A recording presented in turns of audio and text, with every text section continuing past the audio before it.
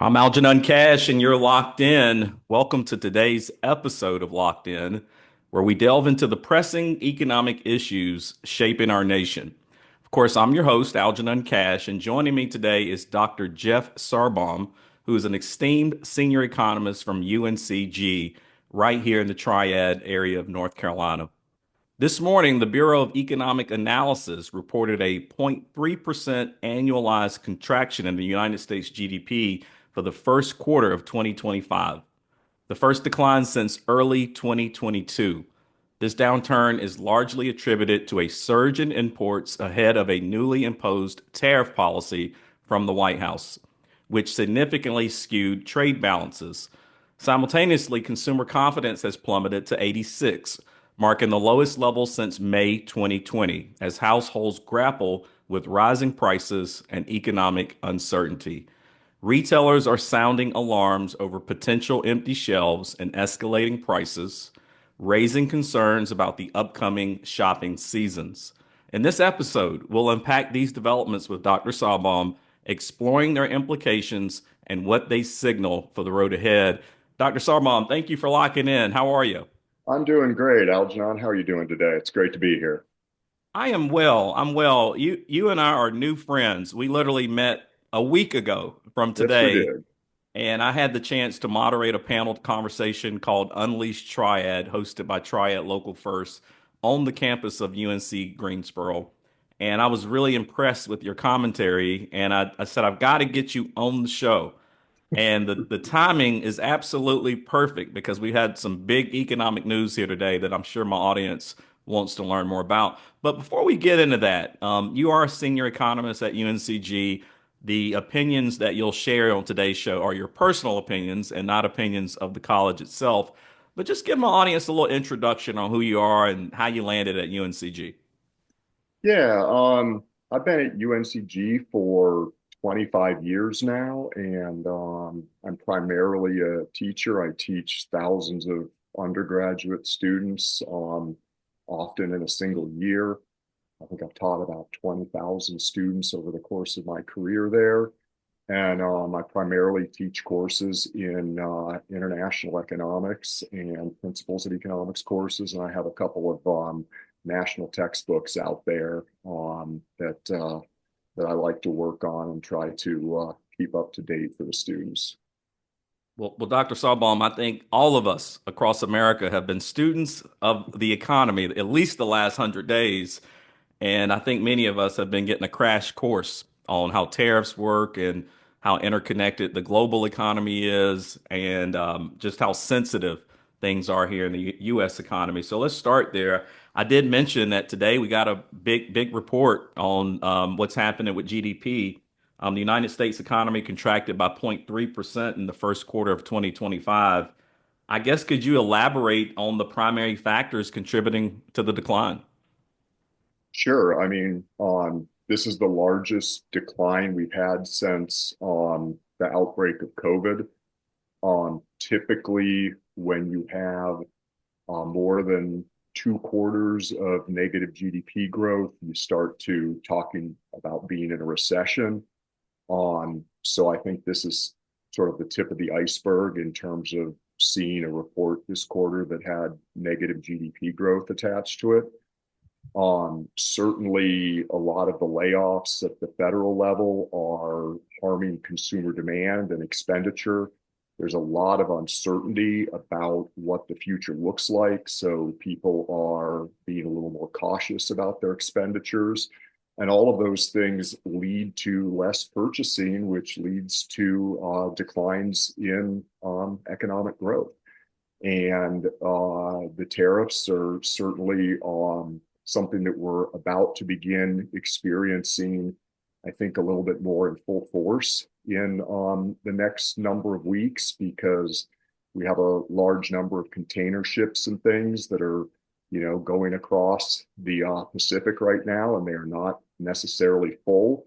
And we've had CEOs commenting on the fact that there is a probability that we may see on empty store shelves or less availability of product in the future. And that sort of shortage can do nothing but lead to higher prices. The Yale Budget Institute has estimated that the tariffs, if left unchecked, are going to lead to, about a $3,000 to $4,000 increase in annual expenditure per household. Those sorts of increases in expenditure are also something that will put downward pressure on economic growth and also create inflationary pressures. So, my personal belief is that this negative GDP growth is not just a blip, but it might be the beginning of something that we're going to experience for a period of time over the summer, if not beyond. When we get these reports, and especially the quarterly GDP number, it tends to be sort of rear view looking. Mm-hmm. So, in your position as an economist, how do you determine how much of what we're seeing is being influenced by current fiscal and monetary and trade policy and so forth, versus just trends that may have been emergent on their own? So I think we were coming, into the current year on in a period of strong economic growth, and certainly economies go through business cycles, and you could make the argument that maybe we were reaching a peak of one, but the level of disruption and uncertainty that has occurred in the last number of months, I think is somewhat independent and is what's driving a lot of what we're experiencing right now. So, is this primarily a result of the prior administration? There's probably a piece of it, but I would not go so far as to say this is all a result of the prior administration's policy. Well, I think of course, the word of the year for 2025 is uncertainty. And I think what you're describing right now is the uncertainty that many CEOs and CFOs across the country are trying to figure out. I know just about every major publicly traded company has basically said, don't trust any guidance this year, or they've either pulled back their guidance because they're trying to figure out what's really going on. You mentioned the container ships. My cousin actually drives trucks, and so I was Mm-hmm. talking to him about this the other day. And I saw a news story where they were saying more and more of these container ships are either empty or they're just bypassing the West Coast port altogether because they don't have enough product to drop. Mm-hmm. How does that start to proliferate into our economy? Well, I think, like I said a bit ago, that we're sort of just at the tip of the iceberg of beginning to see some of the implications of these tariffs in relation to companies changing their ordering behavior and things. I mean, when you're looking at something like, 125% tariff, for all intents and purposes, that's really almost just like a quota because it raises the price so dramatically that you're just not going to really have much in the way of consumption. And so you've got companies canceling orders, knowing that if they have to pay these prices either for finished goods or for parts that they need to produce their own goods, it's going to result in rises in production costs that make the products somewhat unsaleable to the American consumer. So there's a lot of order cancellation, and part of it is just the uncertainty of where these things going to go next. I mean, if it's 125% today and it's 50% tomorrow and then it's 10% or then it goes back up, you don't want to get caught being the one who makes the order right when the tariffs are at their peak. And so, you create a lot of hesitation to move forward with investment decisions. And, these are the things that are starting to show up, and they showed up today in this GDP report. I was hanging out yesterday with a little small coffee shop owner. He also roasts his own coffee and roasts coffee for other people here in our community here in Winston-Salem. And you don't think about the small cafe, on the corner of Main and Main being impacted by tariff policy, but he obviously buys the coffee from Colombia. Mm-hmm. And he started to talk about how the price of his coffee has pretty much doubled, Mm-hmm. in the past month or so. And so here's a really small, not even a small business owner, more like a micro entrepreneur that's being impacted by the global trade policy. The president recently did a rally yesterday marking his 100 days in office, and he explicitly said that the country is getting rich off these tariffs. Which part of my question is, Are we able to really even truly determine that, considering we're less than a true month in? And then, do you see any impact to overall economic performance from this recent tariff policy that's been implemented? Well, I think the most important thing for every American to remember is that a tariff is nothing more than a sales tax. And so what happens is when you impose a tariff on products coming out of China or anywhere else in the world, unless you have the power to influence global prices by buying less, which means you're a monopoly, which is not, the situation the United States is in. Perhaps it may have been, back in the 1960s, but what happens is the foreign manufacturers just simply pass on the cost of that tariff on to consumers. And so, to the extent that our government is generating tariff revenue, that is one perhaps positive that comes from a tariff. But make no mistake that that money is coming straight out of the pocketbooks of American consumers. It is not being paid for by foreign governments and foreign manufacturers. It's being paid for through a rise in price. And when consumers have to pay higher prices for some products, it means they've got less money in their pocket for other products. And there's jobs attached to those other products as well. So if I spend more money on an imported product and I don't have the money to go to the movies as a result, that might cost someone a job at the movie theater. So it's a lot more complicated than the notion that we're just going to impose tariffs and that's going to bring domestic industry running back. Yeah, no, I think that's pretty clear even by Apple's recent announcement that they are going to move iPhone production out of China, but they're Mm-hmm. going to move it to India. And so you're still not really creating any real jobs or manufacturing jobs here in our country. You talked about consumers, and I know here in our country we are big consumers. About two-thirds or maybe over two-thirds of our entire economic output is driven by consumption. So we really, really rely on the American consumer to push the economy. With consumer confidence dropping to its lowest level since May of 2020, that was back when COVID was raging. What are some of the potential repercussions on consumer spending and ultimately economic growth this year? I mean, I think there's a lot of negative pressure on economic growth right now. Consumer sentiment is way down, and whenever consumer sentiment goes down, consumers tighten up their wallets out of fear for what tomorrow might look like. And when that occurs, you sort of create a self-fulfilling prophecy because if everybody stops spending out of fear, then the fear comes true, and you end up in a recession. And so I would really like to see a lot more certainty out there so that people are just in a place where they have a better understanding of what the rules of the game are right now in terms of decision making. I have a friend of mine who owns a small company, and he sources all of his uh, parts that he needs from China. And he was telling me the other day that he's going to be bankrupt in about 2 months. Hmm. Wow, that's got to be tough to take in. Yeah. Like I said, even sitting with this cafe owner and listen to how he's trying to navigate between does he raise prices or what does he do because he doesn't want to shock his customer. That's a tough situation to be in. I think that whenever we see these types of announcements about what's going on with the economy, or you hear the types of stories that you just shared with us, I believe the president's supporters are often clamoring to find at least some positive news in all this. I know that there was a California Congress member who's part of the Republican Party that was actually saying that the economic report was good news, and I'm not sure how you spin that, but um, some supporters of the president would argue that the price of oil has went down. I think it's at $59 a barrel, so that's a great thing. They would also argue that interest rates have come down. I think the 10-year today is trading at 4.2 or something like that. I look at that, Dr. Sarbaum, and say, okay, those are good things, but they're happening for the wrong reasons. What's your perspective of it?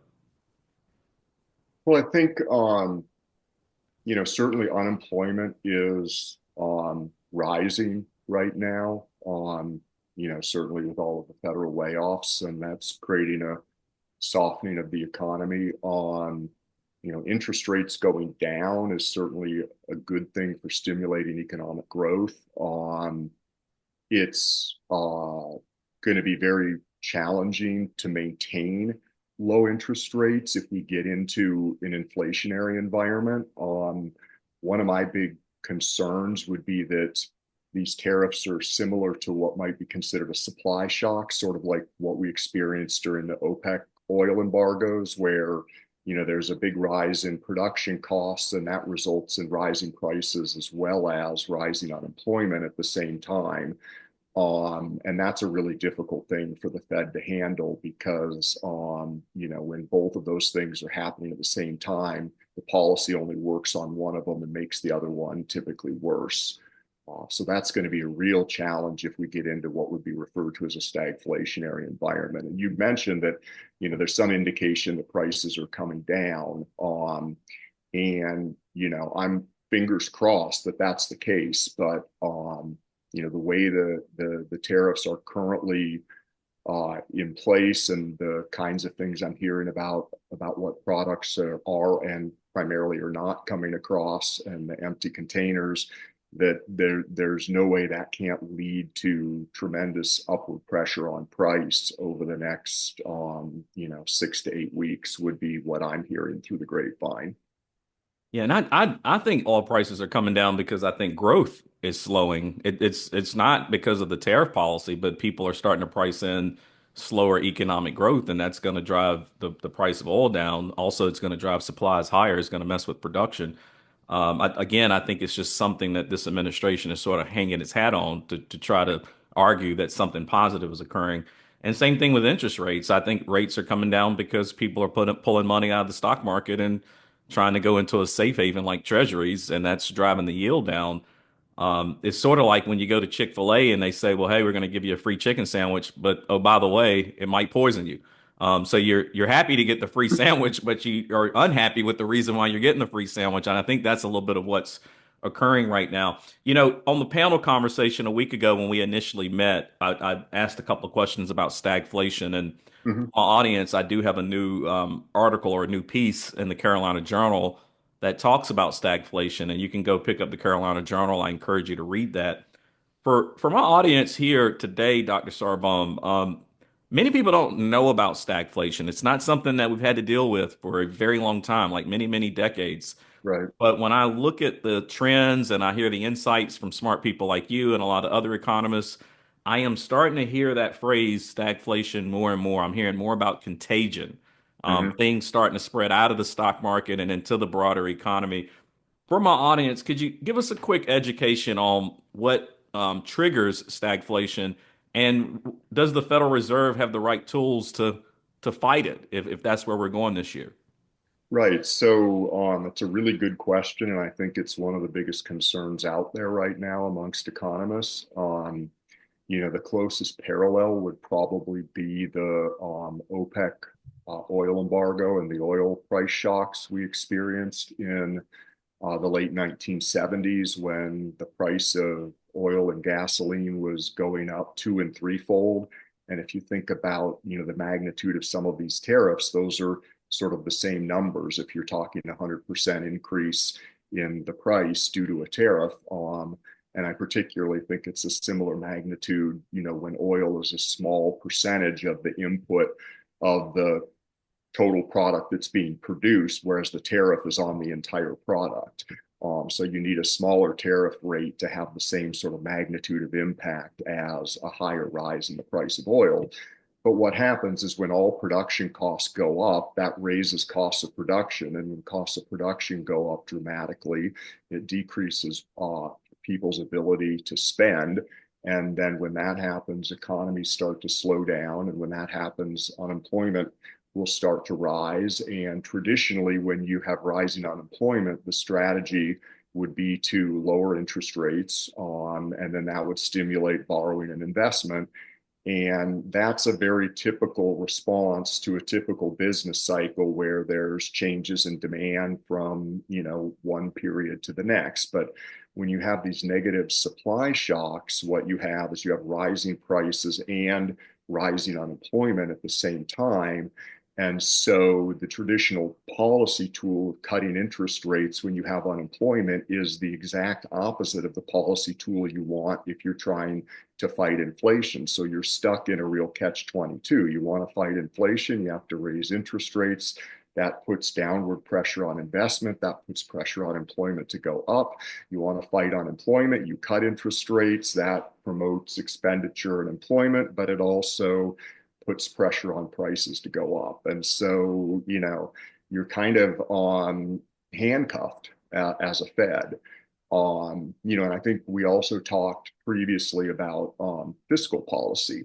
And, you really could think about the job losses that are occurring across the board in the federal government as almost a contractionary fiscal policy, in Hmm. the sense that you're cutting expenditure rather than increasing expenditure, which would be, the response during a period of an economic downturn by the government is to increase expenditure. Yeah, it's a great point you just made at the end. I really like that because you're right. When we typically go in a macroeconomic slowdown where private companies and individuals aren't able to make the same kind of contribution, it's government that steps in and sort of keeps things a little bit more propped up and balanced until we can get back into a normally functioning cycle. But you bring up a great point. It doesn't not only, and it's a great point, but it's scary at the same time what you just said because not only do we not have a lot of bullets in the gun in terms of a monetary policy, we don't have a lot of bullets in the gun in terms of fiscal policy either, with the type of spending that we've been doing, and not necessarily paying our bills here. That's really fascinating. I may have to actually just bring you back here later this year just to further explore that idea. That's really interesting. I'm also starting to hear about some oil companies, domestic oil companies in this country that are starting to run into problems. I mean, as the price of oil per barrel continues to drop, for some of these oil companies that might be producing or going for oil in tougher strategic areas, it becomes it's not worthwhile to continue to do so because you can't get the price you need on the market. How does that start to impact the broader economy? Um, I mean, that's not really an area of my focus, but I would say that, to the extent that we have interest in trying to move toward, more sustainable types of production and environmental kinds of initiatives, that, when you have falling prices for oil, it tends to disincentivize investments in some of these other types of technologies because the oil is inexpensive. The other thing it does is when the price of oil goes down, presumably the reason oil is coming from where it comes from is because that's the cheapest place to produce it. And so if it's potentially more expensive to produce it in another location, then the falling price of oil is going to make it certainly harder for you to be able to tap into that market because it's not going to be profitable for you. No, I totally agree. I just got a couple of more questions, even though I could do this all evening with you. My audience knows that I'm a nerd when it comes to either history or the economy. I absolutely love learning about it. Again, I know you're sharing a lot of your commentary personally. It's not on behalf of the university. We want to make sure we repeat that as well. But, from a policy perspective, we just had a really good conversation about fiscal and monetary policy. Is there anything that you would recommend if all of a sudden President Trump called Dr. Sarbaum and said, "Hey, I want to meet with you in the Oval Office for an hour"? Are there any policies that you would recommend to try to mitigate these challenges? Well, um, I think the most important thing right now is to just communicate in a way that creates certainty, so people know what the situation is. If it's going to be a tariff rate of X%, let everybody know that that's what it's going to be and that's where it's going to stand, so that people can start to make decisions on, when you're talking about, all of the things that we've been talking about, much of what is driving this is the uncertainty of not knowing what's coming next. And the hardest thing to do when it comes to, making effective business decisions is to try to do so when there are a lot of unknowns. I totally understand. But and here's my last question. This is going to be a loaded one. I know economists you hate to get this question, but I got to put it out there. All Considering right. all the factors that we've talked about today, what are you forecasting for the U.S. economy in 2025? Where are we going? You know, I always tell people if I had a crystal ball and knew the answer to that, I'd be on a sailboat in the Bahamas. But I would say the probability of us going into a recession continues to rise. Um, but beyond that, I really can't predict where things are going to go because there's so much uncertainty. We don't know how China is going to respond. We don't know how the rest of the world is going to respond. We don't know what the tariffs are going to look like in the next 30 to 90 days. And all of this makes it, almost impossible to predict where things are going. But that said, seeing that we just had a period of negative economic growth this early into all of these changes, it's hard for me not to believe that, all of the economists, many of whom are, far more you know, well known than me as macroeconomists, are all predicting, a greater than 50% chance that we're in a recession, within the next 6 to 9 months. And I would certainly have no reason to think any of those influential people are wrong. I think that's a fair answer, and it gives me great reason to invite you back later in the year to continue this conversation. I We'll would continue love to to. do that, and I'll try to get some better lighting on my face. I see myself No, it's going all. Your in and out of the commentary. shadows. Your commentary was far more important than the visual today, and I know that my audience learned some things today because I learned some things today. So thank you, Dr. Sarbaum, for your invaluable insights into these complex economic issues. As we've discussed, the United States economy is in a pivotal juncture, facing challenges that require careful navigation and informed policy making. We'll continue to monitor these developments closely, keep our listeners informed. So stay tuned for more in-depth analysis in our upcoming episodes. And as always, I appreciate Dr. Sarbaum locking in. I appreciate you locking in. Make sure you stay tuned to WTOB because every Sunday morning, that's where you can lock in with me. But if you happen to miss me there, hopefully you are subscribed to the podcast. You can get that on Pandora, Apple, Spotify, wherever you like to get your favorite podcasts. You can always lock in there. And until next time, y'all stay locked in.